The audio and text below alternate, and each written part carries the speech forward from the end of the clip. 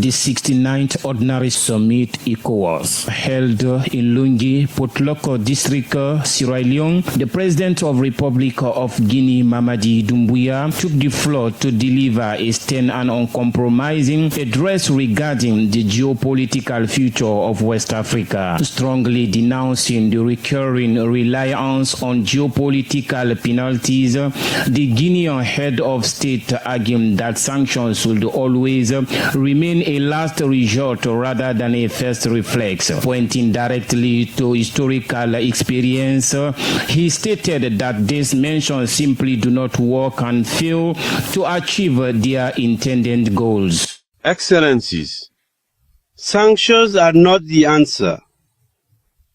Our sub-region has too often turned to sanctions as a first instinct when they should have been a last resort.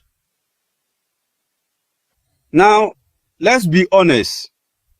Experience has taught us without any doubt or any exception that these sanctions simply do not.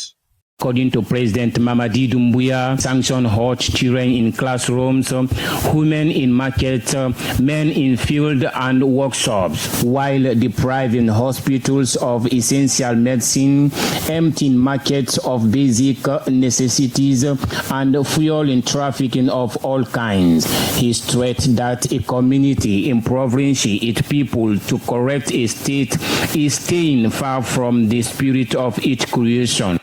A community that impoverishes a people to correct a state is moving away from the very spirit that led to its creation.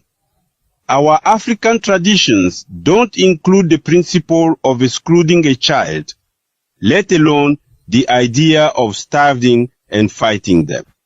Reminding the Assembly of Africa's traditional values which reject the starvation and exclusion of children. The President emphasized that the founding vision was meant to build a shared space of prosperity where the free movement of goods, people, and ideas bring the population together rather than insulating them.